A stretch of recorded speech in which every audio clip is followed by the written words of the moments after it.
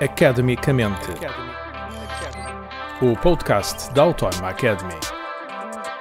O que leva alguém a fazer uma pós-graduação em maçonaria e sociedades iniciáticas? E justamente para nos responder isto, convidámos um ex-aluno desta pós-graduação em maçonaria e sociedades iniciáticas, Norberto Mestre. Viva Norberto, bem-vindo a este podcast. Olá João, boa tarde, como está? É uma dúvida. Já vamos tentar perceber melhor o que é maçonaria, vou-lhe pedir ajuda nisso, mas porquê frequentar, o que é que levou a frequentar uma pós-graduação em maçonaria? Realmente, esta pós-graduação surgiu por um desafio que me foi colocado por um amigo, que acabamos por fazer a pós-graduação juntos, um amigo que conheci no início da minha vida académica.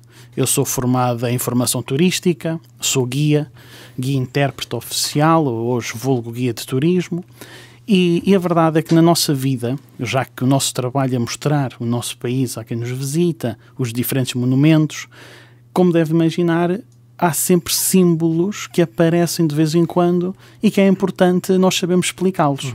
Em Lisboa e em Sintra há alguns muito conhecidos. Há vários. Uns que são efetivamente... Pode dar um ou dois exemplos? Claro.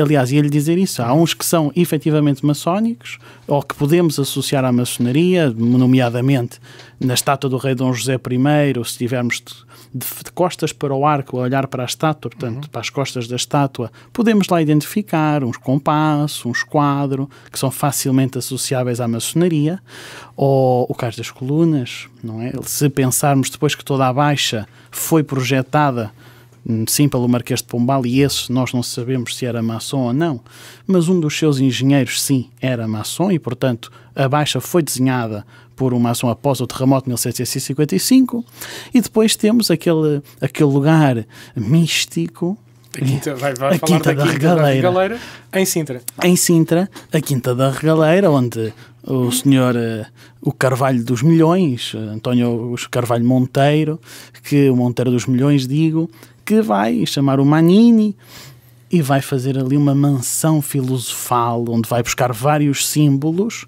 que alguns deles podemos conectar à maçonaria, mas também podemos conectá-los a várias outras coisas, aos rosacrucianos, aos neotemplários, a outras sociedades iniciáticas, que não apenas à maçonaria. Exatamente. Mas também há na cultura popular, provavelmente símbolos maçónicos que podem visitar em Lisboa que não são, de facto, símbolos maçónicos. E, portanto, estando a falar com um guia turístico, é a pessoa ideal, não é? Para responder a isto. E faz parte do nosso trabalho como guias procurarmos esta constante informação para que seja o mais fidedigno possível. E não dizer que um aperto de mão de dois sócios da Manteigaria União seja, ou então, um dos toques maçónicos. Imaginem bem que se a maçonaria se tem por ser discreta, colocar numa das fachadas de Lisboa um dos símbolos primordiais talvez não fosse tão discreto. Não fosse uma boa ideia.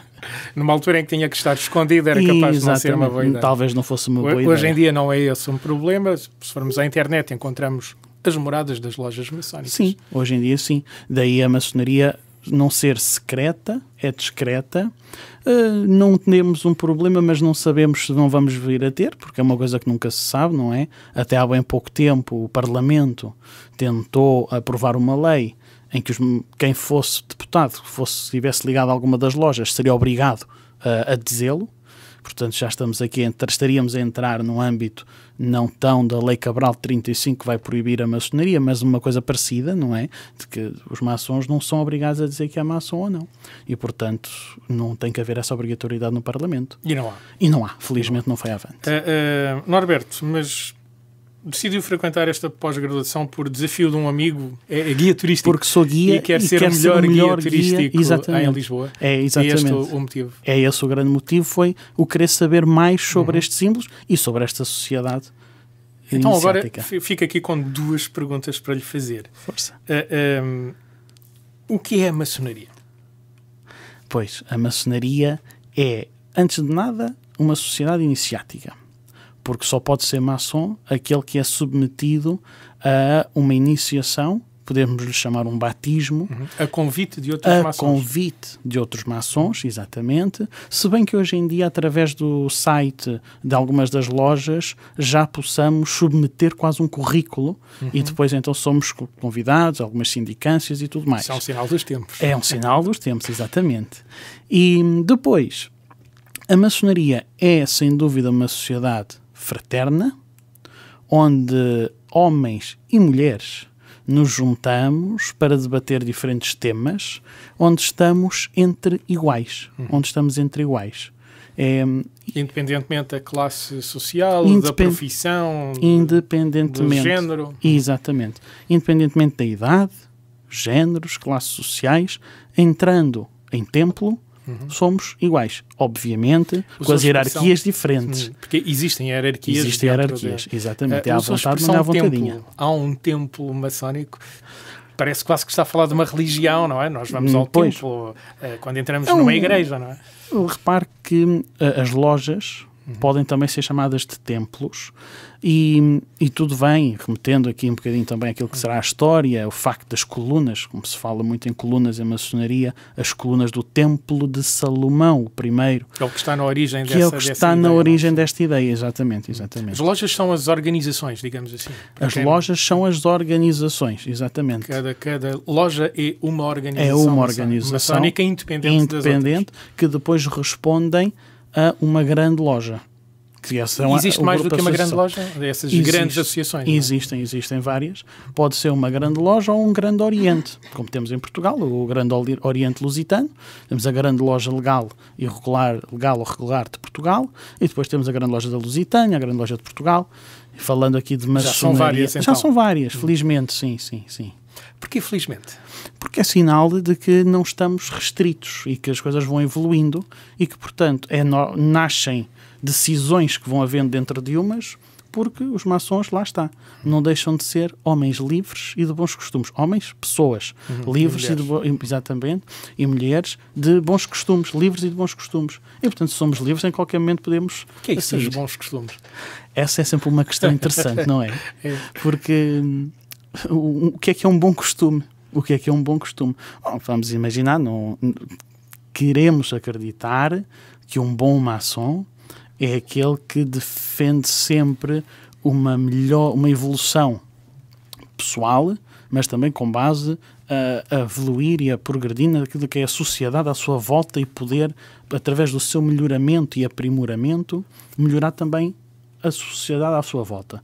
E, portanto, os bons costumes talvez vão muito nisso, não é? Não vamos falar o não roubar, o ser uma pessoa de bem. Os 10 mandamentos, para nós estão assegurados. Estão assegurados. E deveriam estar. Há mais coisas em cima disso. Exatamente, sim. Eu disse 2 perguntas. Agora eu vou à tal segunda pergunta. O que é que aprendeu de novo um guia turístico sobre a maçonaria nesta pós-graduação? Os guias, aqueles que somos certificados e oficiais, costumamos dizer que nós não sabemos muito nada, sabemos um bocadinho de algumas coisas. E esta pós-graduação veio acrescentar um bocadinho àquilo que já se sabia, ou aquilo que já se desconfiava saber sobre a maçonaria.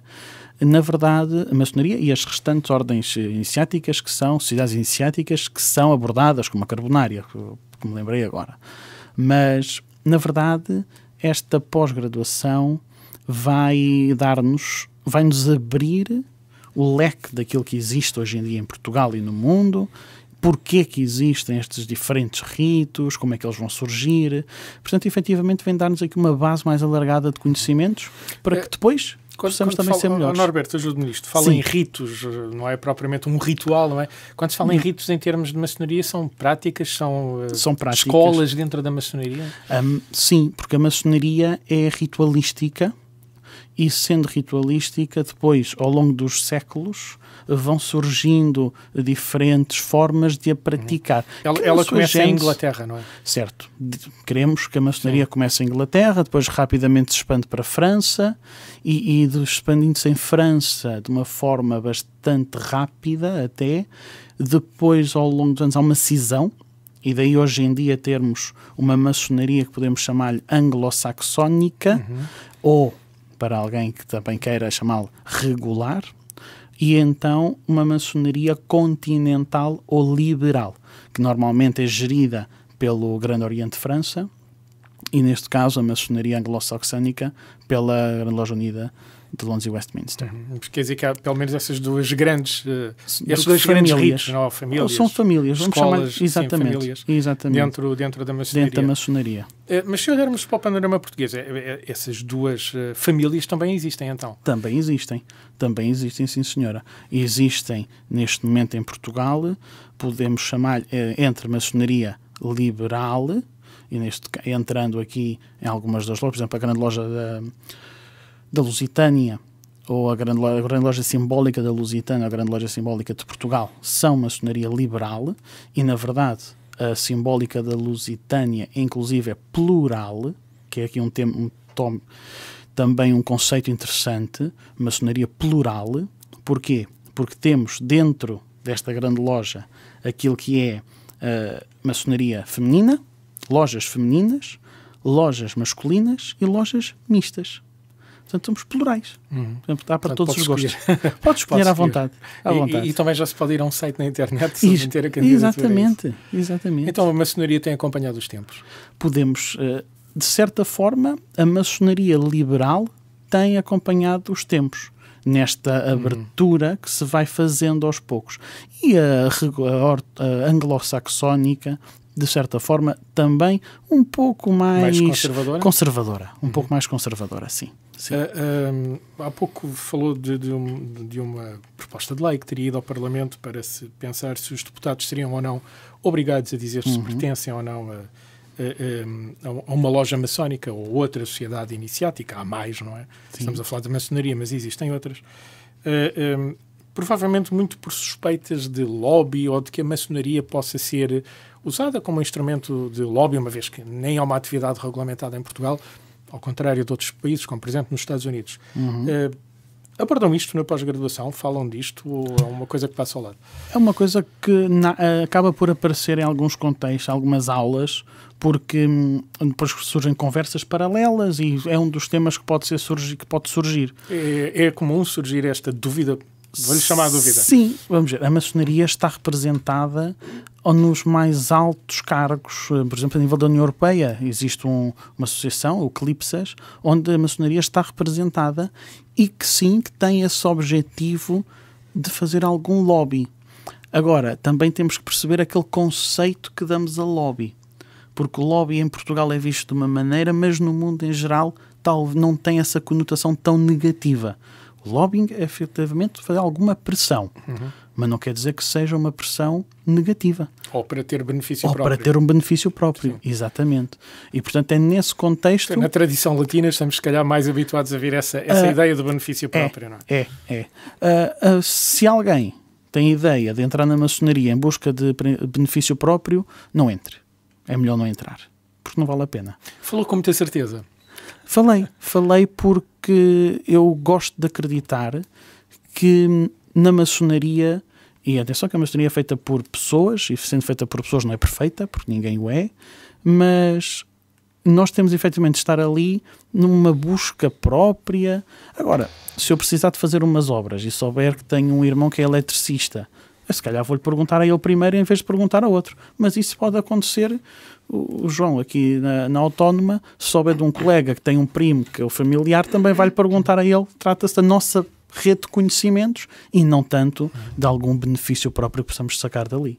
É também uma rede de contactos e de conhecimentos. É. Ou acaba por se tornar uma rede de contactos e conhecimentos. Acaba por tornar-se uma rede de contactos e conhecimentos, como qualquer outra área da nossa vida. De pessoas de confiança. De pessoas de confiança, sem dúvida. Pelo menos entre si, não é? Sim, pessoas de confiança, sem dúvida.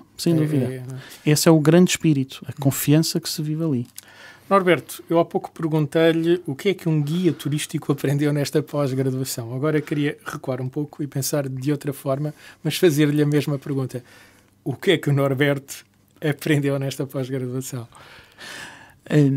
A pós-graduação serviu sobretudo para esclarecer conceitos, para esclarecer aquilo que possam ser esses preconceitos que existem, porque certamente todos já ouvimos falar de maçonaria e se calhar nem sempre pelas melhores razões, e a pós-graduação serviu muito para esclarecer isso.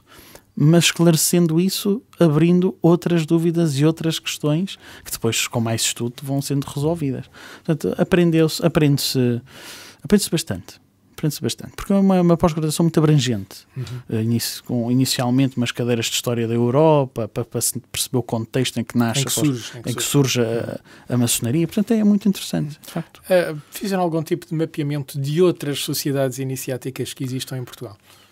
Falou-se, nomeadamente, por exemplo, da Carbonária, que terá tido o seu auge de conhecimento no regicídio, não é, do rei Dom Carlos, e que durante algum tempo foi até vista quase como um braço armado da maçonaria, a Carbonária muito mais radicais, talvez.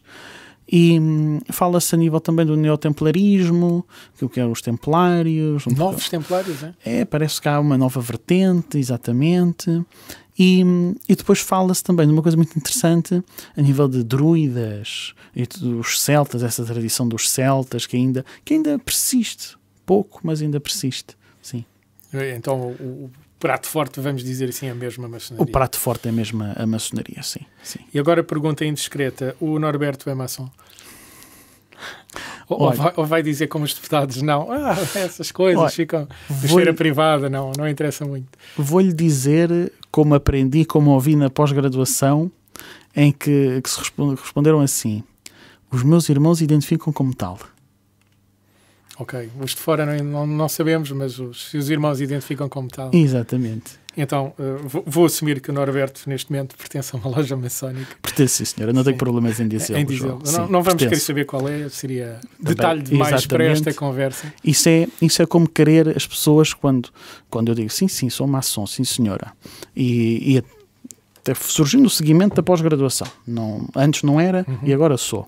Mas atenção, não pensem que por virem fazer a pós-graduação que depois vão virar todos maçons. Não é nada disso. Ninguém é obrigado a nada. Se trata-se depois de ter alguma vertente ou não e vontade ou não. Interessar-se ou não, exatamente. Mas as pessoas depois logo a seguir a nós dizemos, sim, sou maçom. Então e afinal, o que é esses segredos e o que é que se passa? E é das tais coisas que não tem nada de mais, mas que só diz respeito a quem lá está. Pronto, só diz respeito a quem lá está. Quem não está, o que é que importa saber a ritualística, se vai-se para a esquerda, se vai-se para a direita, se faz o pino, se não se faz o pino. Mas fazem-se esses rituais? Aliás, pode descrever como é que se começa uma cerimónia? Quem está de fora pensa que não tem grande noção disso. Não posso, mas é ritualístico. Já dissemos que a ritualística, cada rito depois tem a sua maneira, vamos chamar-lhe sua encenação, que é feita. É quase uma liturgia, não é? Como há nas igrejas. Tem todo o seu preceito, exatamente. E cada família tem o seu preceito. Cada família, cada rito tem o seu... Exatamente. Uns podem ser mais esotéricos, mais simbólicos, uns menos esotéricos, menos simbólicos. Agora, aconteça o que acontecer, o que tem que haver sempre é a iniciação. Norberto, muito obrigado pelo tempo que pôde despender a ajudar-nos a perceber o que, em palavras simples, uma conversa simples, o que é a maçonaria e se calhar aqui a desfazer 2 ou 3 preconceitos sobre a maçonaria, mas também, sobretudo, a ajudar-nos a perceber o que é que leva alguém a querer fazer uma formação em maçonaria e sociedades iniciáticas. Não tem de quê, João, foi um gosto. Muito obrigado. Academicamente.